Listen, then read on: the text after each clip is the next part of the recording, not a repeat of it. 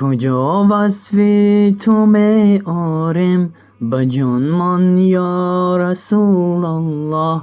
قلم عاجز می ماند به وصفت یا رسول الله.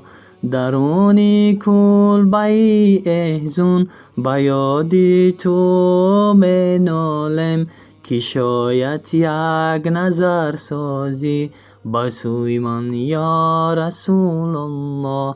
که شاید یک نظر سازی به سوی من یا رسول الله. همه هلکان در این عالم به سوی عیش می کوشند. بگردان این دل ما را به سویت یا رسول الله. غریق بحر عصیانم ذکرده ها پشیمانم. عجب شرمنده هستم به نزدت یا رسول الله. سرم در بالینی مربوط زبانم لال می ماند به نام تو شود جاری زبان من یا رسول الله. به نام تو شود جاری زبان من یا رسول الله.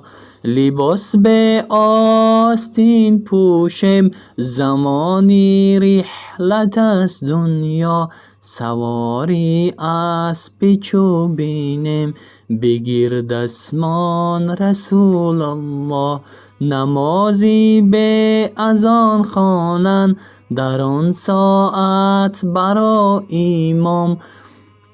به زیر خاک تنهایم شفاعت کن رسول الله.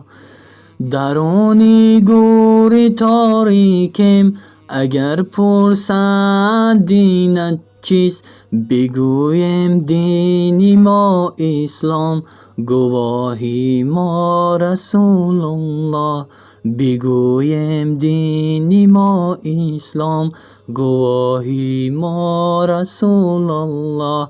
بروزی حشر بردارم سر از خاک لحد یا رب. بروزی حشر بردارم سر از خاک لحد یا رب. عجب درمانده هستم به نزدت یا رسول الله. همه با نقش می گویند به حال خود سرگردان. کجا یابیم در آن حالت تو را ما یا رسول الله. عبادالله همه خود را به خاکی پای پیران زن که شاید یک دم سازد شفاعت آن رسول الله. سلامت باشین. هزار رحمت برای تماشای خوب. باور کنید کمی اگر تحلیل کنیم خداوند نگهبان هر یکی ما و شما باشد. خود را احتیاط کنید. خدا حافظ.